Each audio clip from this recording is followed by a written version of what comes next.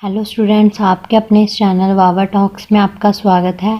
आज के लेक्चर में हम विकारी शब्द के क्रिया को डिस्कस करेंगे। जो हमारे पहले 3 टॉपिक है, संज्ञा, सर्वनाम और विशेषण, वो हम लास्ट वीडियोस में कर चुके हैं और जिन्होंने नहीं देखी है वो हमारी प्लेलिस्ट में जाके तीनों वीडियो देख सकते हैं। आज हम करेंगे क्रिया के बारे में। पहले हम क्रिया की इंट्रोडक्शन करेंगे, देन हम कुछ MCQ टाइप क्वेश्चन करेंगे जो कि आपके एग्ज़ाम्स के लिए बहुत ही महत्वपूर्ण है। क्रिया, जिन शब्दों में किसी काम के करने या होने का ज्ञान होता है उसे हम क्रिया कहते हैं। हम कोई भी काम करते हैं तो वो क्रिया होती है। जैसे लड़की नाच रही है, तो यह नाच रही है तो क्या है? क्रिया। राहुल हंस रहा है क्या है? क्रिया। तो नेक्स्ट है हमारे पास क्रिया के मूल रूप को धातु कहते हैं। अब क्रिया का मूल रूप होता क्या है हम देखते हैं, जिसे हम धातु कहते हैं। जैसे चलना, चलना क्या है? क्रिया है। तो चल प्लस ना, तो जो चल है वो इसका मूल रूप है, मतलब चल जो है वो धातु है। कोई भी धातु में न प्रत्यय लगाने से क्रिया बनती है। तो सबसे पहले हमें पता होना चाहिए कि प्रत्यय क्या होता है। प्रत्यय जो शब्द के अंत में जो वर्ण होते हैं उसे हम प्रत्यय कहते हैं। एग्जाम्पल से हमें इसे समझते हैं। जैसे लिख प्लस ना, ना हमें हमारे पास प्रत्यय है और लिख क्या है? हमारे पास धातु है, तो इससे क्रिया क्या बनी? लिखना। नेक्स्ट है चल प्लस ना, तो चल क्या है? हमारे पास धातु है, ना हमारे प्रत्यय है, तो हमारे इससे क्रिया क्या बनती है? हमारे पास चलना। क्रिया के भेद, कर्म के आधार पर क्रिया के 2 भेद हैं जो कि सबसे महत्वपूर्ण, एग्जाम में सबसे ज़्यादा क्वेश्चन इसी पे आते हैं। तो वो कौन से हैं? सकर्मक क्रिया और अकर्मक क्रिया। तो हम इसे समझेंगे कि सकर्मक क्रिया क्या होती है और अकर्मक क्रिया क्या होती है। कर्मक क्रिया, सकर्मक हमें नाम से अंदाजा हो रहा है, जैसे जिसमें कोई काम हो रहा है। जिन क्रियाओं का असर कर्ता पर नहीं काम पर पड़ता है वह सकर्मक क्रिया कहलाती है। इन क्रियाओं में काम का होना आवश्यक है। कर्ता पर जो काम कर रहा है उस पर कोई असर नहीं पड़ता। सारा जो काम है वो कर्म पर पड़ता है, जो सारा असर है वो कर्म पर पड़ता है। तो ऑब्वियस सी बात है कि इसमें काम तो होगा ही जब काम पर असर पड़ रहा है। मैं लेख लिखता हूँ, तो जहाँ सारा स्ट्रेस किस पर पड़ता है? काम पर। वो काम क्या करता है? लेख लिखता है। ठीक है, तो ये है हमारे पास कर्मक क्रिया। सुरेश मिठाई खाता है, तो यहाँ हमारे पास कर्म क्या है? मिठाई खाता है। सुरेश का हमारे पर कोई इफेक्ट नहीं पड़ा। अकर्मक क्रिया, तो उसका ऑपोजिट है। जिन क्रियाओं का असर कर्ता पर ही पड़ता है वह अकर्मक क्रिया कहलाती है। मतलब जिसका असर जो काम कर रहा है उसके ऊपर ही पड़ता है, कर्म के ऊपर नहीं पड़ता। इन क्रियाओं में कर्म की आवश्यकता नहीं होती। तो जिसका असर कर्म पर पड़ता ही नहीं है तो उसमें कर्म की हमें ज़रूरत भी नहीं होती। जैसे राकेश रोता है, तो यहाँ कौन रो रहा है? राकेश। तो जो सारा स्ट्रेस राकेश पर पड़ रहा है, उसके कर्म पर नहीं पड़ रहा।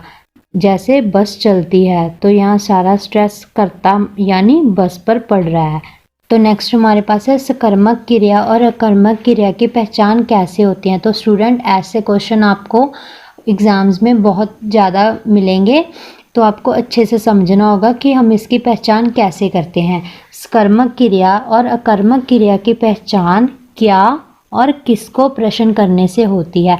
तो अभी हम इसे एग्जाम्पल से समझते हैं, आपको अच्छे से समझ आएगा। जैसे मोहन फल खाता है, हमारे पास एक सेंटेंस है कि मोहन फल खाता है, तो हम इसको क्वेश्चन पुट करके हम इसका आंसर लिखेंगे क्या और किसको। मोहन क्या खाता है, तो हमारे पास आंसर क्या होगा? फल। मोहन किसको खाता है, तो इसका भी हमारे पास आंसर होगा फल। मतलब ये दोनों का हमें आंसर मिल गया, तो ये क्या हुआ? सकर्मक क्रिया। नेक्स्ट हमारे पास है बच्चा रोता है, तो हम इसके भी 2 क्वेश्चन बनाएंगे। तो फर्स्ट है बच्चा क्या रोता है, बच्चा किसको रोता है, तो इसका हमारे पास कोई आंसर नहीं है, तो ये होता है अकर्मक क्रिया। अगर आपको एग्जाम्स में ऐसे क्वेश्चन मिले कि ये कौन सी क्रिया, अकर्मक क्रिया या सकर्मक क्रिया, तो आप क्या और किसको के द्वारा पहचान कर सकते हैं कि ये कौन सी क्रिया है। नेक्स्ट है क्रिया के भेद रचना के आधार पर। तो रचना के आधार पर इसके 6 भेद हैं। सहायक क्रिया, पूर्णकालिक क्रिया, नामबोधक क्रिया, द्विकर्मक क्रिया, संयुक्त क्रिया और क्रियार्थक क्रिया। अब इन सभी को हम एक एक करके समझेंगे। सहायक क्रिया। सहायक क्रिया मुख्य क्रिया के साथ प्रयुक्त होकर अर्थ को स्पष्ट एवं पूर्ण करने में सहायता करती है। मतलब सहायक क्रिया हमें नाम से पता चल रहा है कि जो अर्थ को पूर्ण करने में सहायता करती है। हम इसे उदाहरण से समझते हैं। मैं घर जाता हूँ, तो जहाँ जाना क्या है वो मुख्य क्रिया है और जो हूँ वो क्या है, सहायक क्रिया है। तो जो हूँ के साथ ही हमारा सेंटेंस पूरा हो रहा है, तो जो हूँ है वो हमारा सहायक क्रिया है। तो नेक्स्ट हमारा एग्जाम्पल है वह हंस रहे थे। तो हंसना क्या है, मुख्य क्रिया, रहे थे हमारी सहायक क्रिया, जिससे सेंटेंस जो हमारा कंप्लीट हो रहा है।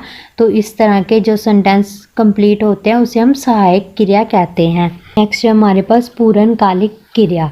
जब कर्ता एक क्रिया को समाप्त कर दूसरी क्रिया का प्रारंभ करता है तब पहली क्रिया को पूर्णकालिक क्रिया कहा जाता है। इसे हम एग्जाम्पल से समझते हैं, आपको अच्छे से समझ आएगा। जैसे मोहन नहा के सो गया, तो यहाँ पहली क्रिया क्या की, मोहन ने नहाया। दूसरा वो सोना। तो जो हमारी पहली क्रिया वो क्या हुई, पूर्णकालिक क्रिया। नेक्स्ट है हमारे पास नामबोधक क्रिया। संज्ञा अथवा विशेषण में क्रिया जोड़ने से नामबोधक क्रिया बनती है। इसे हम एग्जाम्पल से समझते हैं। संज्ञा और क्रिया के जोड़ने से नामबोधक क्रिया बनती है। जैसे लोभ प्लस आना, तो इसका नामबोधक क्या बने, लुभाना। दुख प्लस आना, दुखाना। तो ये थे हमारे संज्ञा को जोड़ने से। नेक्स्ट हम करेंगे विशेषण को जोड़ने से। जैसे हमारे पास विशेषण है लालच और क्रिया है आना, तो इसका नामबोधक क्या बना, ललचाना। तो जो ऐसे शब्द है उसे हम कहते हैं नामबोधक क्रिया। नेक्स्ट हमारे पास द्विकर्मक क्रिया। तो द्विकर्मक से हमें नाम से अंदाजा लग रहा है, द्वि मतलब दो, कर्मक मतलब कर्म। जिस क्रिया में दो कर्म होते हैं उसे हम द्विकर्मक क्रिया कहते हैं। उदाहरण से समझते हैं, आपको अच्छे से समझ आएगा। उसने मोहन को डंडे से मारा, तो इसमें दो कर्म कौन से हैं, मोहन और डंडा। किसान बैलों को चारा खिलाता है, तो यहाँ दो कर्म कौन से हैं, बैलों और चारा। तो आपको ये पता कैसे चलेगा कि यहाँ दो कर्म कौन से हैं, तो इसकी पहचान है को या से के पहले वाला और बाद वाला शब्द। जैसे एग्जाम्पल में को से पहले वाला शब्द और बाद वाला शब्द जो है वो कर्म है, मोहन और डंडा, बैल और चारा। तो इसे हम कहते हैं द्विकर्मक क्रिया। नेक्स्ट है हमारे पास संयुक्त क्रिया। जब कोई क्रिया दो क्रियाओं के संयोग से बनती है, मतलब दो क्रियाओं के मिलाने से बनती है, उसे हम संयुक्त क्रिया कहते हैं। तो स्टूडेंट्स, आपने द्विकर्मक क्रिया और संयुक्त क्रिया में कंफ्यूज नहीं होना। द्विकर्मक में दो कर्म होते हैं और संयुक्त में दो क्रियाएं होती हैं। हम उदाहरण से समझते हैं। राम खाना खा चुका है, तो यहाँ खाना और चुका दो क्रियाएं हैं, तो ऐसे शब्दों को हम संयुक्त क्रिया बोलते हैं जिसमें दो क्रियाएं हों। क्रियार्थक क्रिया कहते हैं, मतलब जब कोई क्रिया संज्ञा के स्थान पर हम प्रयोग करते हैं। उदाहरण से समझते हैं। जैसे दौड़ना सेहत के लिए लाभदायक है। वैसे तो दौड़ना क्या है, क्रिया है, लेकिन यह संज्ञा के स्थान पर प्रयोग हो रही है, तो ये क्या है, क्रियार्थक क्रिया। तो स्टूडेंट्स, अब हम कुछ एमसीक्यू टाइप क्वेश्चन करेंगे जो कि आपके एग्जाम्स के पॉइंट ऑफ व्यू से बहुत ही महत्वपूर्ण है। तो हमारा फर्स्ट क्वेश्चन है, क्रिया का मूल रूप कहलाता है। तो हमारे पास ऑप्शन है कर्मक, अकर्मक, धातु और प्रेरणार्थक। तो हमारा राइट ऑप्शन क्या है, धातु। जैसे कोई भी क्रिया ले लो, जैसे चलना, चल प्लस ना, जो चल है वो हमारा धातु है, ना हमारा प्रत्यय। तो चलना क्या है हमारे पास, क्रिया। तो जो इसका मूल रूप क्या है, चल। चल मूल रूप को हम धातु बोलते हैं। नेक्स्ट है हमारे पास सकर्मक क्रियाओं में आवश्यकता नहीं पड़ती। तो किसकी आवश्यकता नहीं पड़ती, तो हमारे पास ऑप्शन है कर्ता की, करण की, कर्म की और प्रदान की। तो हमारा राइट ऑप्शन क्या है, कर्म की। उसका सारा स्ट्रेस कर्ता पर पड़ता है, कर्म पर इसका कोई असर नहीं पड़ता। नेक्स्ट हमारा क्वेश्चन है, क्रिया बनाने के लिए धातु में क्या जोड़ा जाता है? ऑप्शन है हमारे पास का, गा, ना और ला। तो हमारा राइट ऑप्शन क्या है? ना। ना क्यों? क्योंकि ना प्रत्यय है, ना जोड़ने से हमारी क्रिया बनती है, जैसे खाना। हमारा नेक्स्ट क्वेश्चन है, अमित सो रहा है वाक्य में क्रिया का भेद है। तो हमारे पास ऑप्शन है अकर्मक, प्रेरणार्थक, सकर्मक और द्विकर्मक। तो हमारा राइट ऑप्शन क्या है? अकर्मक। अकर्मक क्यों? क्योंकि जब हम इसकी पहचान क्या और किसको प्रश्न करने से की और इसका कोई आंसर नहीं आया, जैसे अमित क्या सो रहा है, अमित किसको सो रहा है, तो हमारे पास कोई इसका उत्तर नहीं है, तो इसीलिए इसका आंसर अकर्मक क्रिया है। तो नेक्स्ट क्वेश्चन है हमारा, दो क्रियाओं के संयोग को क्या कहा जाता है? हमारे पास ऑप्शन है द्विकर्मक, नामबोधक, संयुक्त और पूर्णकालिक। दो क्रियाओं का संयोग से हमें पता चलता है कि संयुक्त, तो हमारा राइट ऑप्शन क्या है? संयुक्त। तो नेक्स्ट क्वेश्चन है हमारे पास, तुम खा रहे हो वाक्य में सहायक क्रिया क्या है? तो हमारे पास ऑप्शन है हो, खा, रहे और सभी। तो हमारा राइट ऑप्शन क्या है? रहे, क्योंकि रहे से ही हमारा शब्द कंप्लीट हो रहा है। तुम खा रहे हो, अगर रहे नहीं हो तुम खा हो, तो ऐसे हमारा शब्द नहीं बनता, तो रहे क्या है? इसकी सहायक क्रिया। नेक्स्ट क्वेश्चन है, इस वाक्य में सकर्मक क्रिया क्या है? सिपाही दौड़ता है, सिपाही सोता है, सिपाही चोर को पकड़ता है, सिपाही लड़ता है।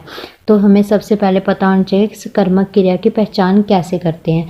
कैसे करते हैं? क्या और किसको शब्द लगा के प्रश्न पूछने से। जैसे सिपाही दौड़ता है, सबसे पहले इसको हम करते हैं सिपाही दौड़ता है। सिपाही क्या दौड़ता है, सिपाही किसको दौड़ता है, तो इसका हमें कोई आंसर नहीं मिला, तो ये नहीं है। नेक्स्ट है हमारे पास सिपाही सोता है। सिपाही क्या सोता है, सिपाही किसको सोता है, तो हमारे पास ऑप्शन ये भी गलत हो गई, हमें आंसर नहीं मिला। नेक्स्ट है सिपाही चोर को पकड़ता है। सिपाही क्या पकड़ता है, चोर को। सिपाही किसको पकड़ता है, चोर को। तो हमारे यहाँ दोनों आंसर हमें मिल रहे हैं, तो ये हमारा सकर्मक क्रिया है। हमारा लास्ट क्वेश्चन है, एक क्रिया का समाप्त होकर दूसरी क्रिया का प्रारंभ होना कहलाता है। हमारे पास ऑप्शन है नामबोधक क्रिया, पूर्णकालिक क्रिया, संयुक्त क्रिया और द्विकर्मक क्रिया। तो हमारा राइट ऑप्शन क्या है? पूर्णकालिक क्रिया। फ्रेंड्स, आज का हमारा लेक्चर यहीं ख़त्म होता है। आई होप कि आप सभी को लेक्चर अच्छा लगा होगा। अगर फिर भी किसी स्टूडेंट को कोई दिक्कत आती है क्वेश्चन करने में, तो आप हमें पर्सनली व्हाट्सएप में मैसेज कर सकते हैं, जिसका नंबर आपको डिस्क्रिप्शन बॉक्स में मिल जाएगा। अगर आप इस चैनल पर नए हैं तो इस चैनल को सब्सक्राइब करें, जो कि हमारी ऐसी वीडियो आप तक सबसे पहले पहुंच सके। इस चैनल पर आपको सभी कॉम्पिटिटिव एग्ज़ाम्स की तैयारी बहुत आसान तरीके से करवाई जाती है।